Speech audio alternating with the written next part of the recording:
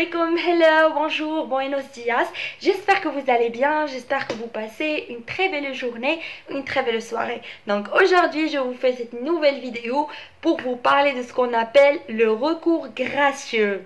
Donc avant de commencer de parler à ce sujet, donc j'aimerais tout d'abord vous inviter de vous abonner et d'activer la petite cloche en bas, c'est gratuit, donc soutenez-moi gratuitement et abonnez-vous et surtout activez la petite cloche en bas, comme ça vous ne loupez pas mes prochaines vidéos qui seront très bénéfiques pour vous.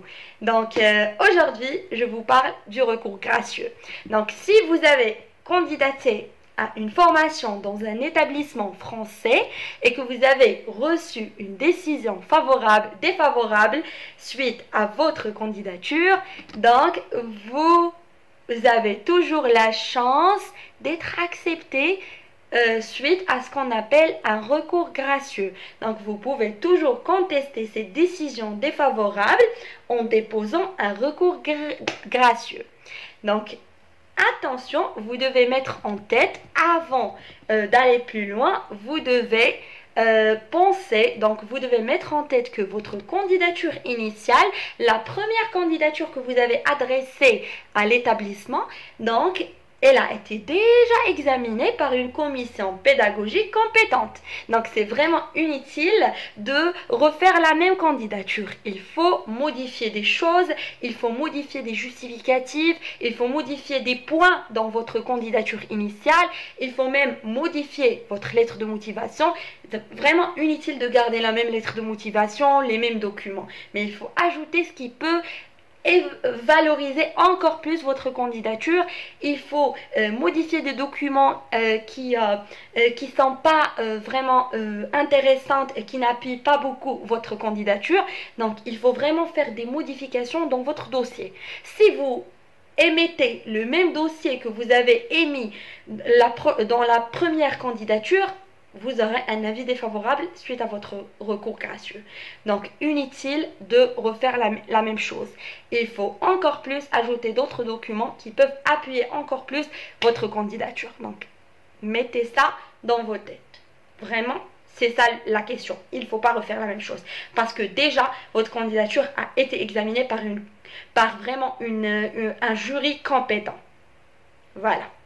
Donc aussi, je vous conseille vivement de formuler votre recours de manière pertinente en présentant de nouveaux éléments et ou des documents inédits.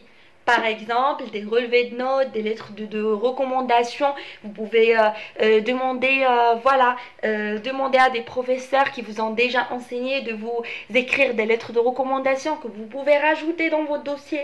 Comme ça, vous appuyez votre dossier et vous poussez le jury de revoir votre candidature. Comme ça, il pourra émettre peut-être un avis favorable suite à votre candidature.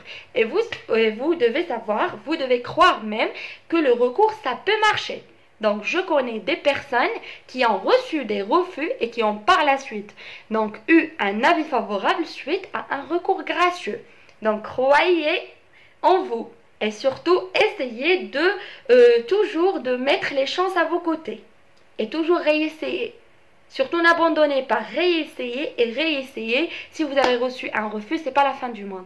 Vous pouvez toujours écrire un recours gracieux avec des arguments pertinents. Voilà. Donc la question, c'est comment formuler ce recours.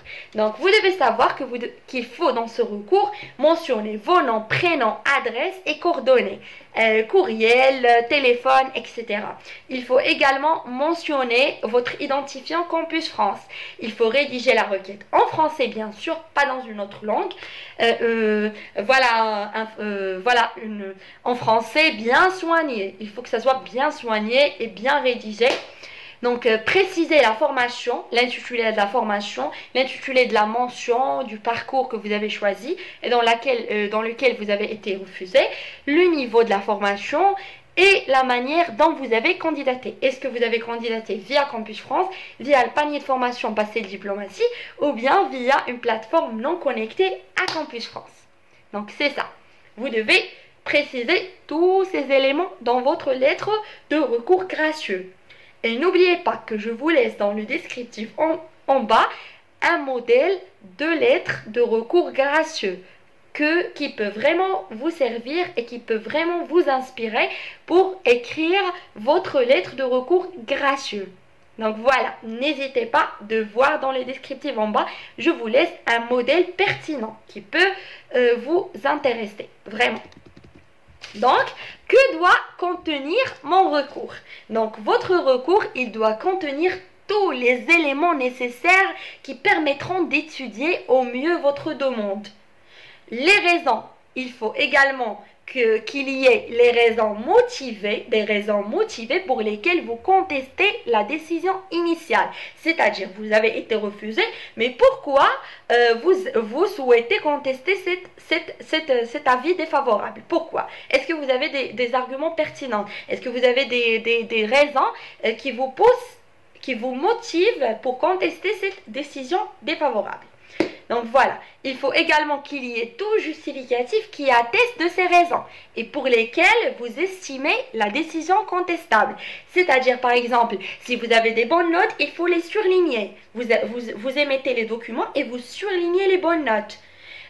Vous pouvez ajouter des lettres de recommandation, comme je viens de dire. Vous pouvez également ajouter des expériences professionnelles, des documents liés à vos stages. Voilà, vraiment essayez de valoriser votre dossier. Comme ça, vous poussez la commission pédagogique de revoir votre candidature et d'émettre un avis favorable. Pourquoi pas?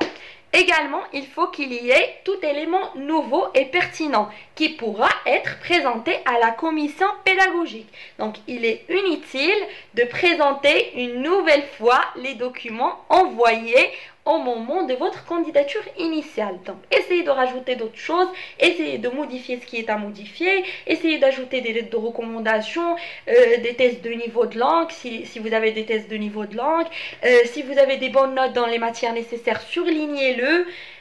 Voilà, donc n'hésitez pas de respecter tout ça, comme ça vous aurez un avis favorable suite à votre recours gracieux.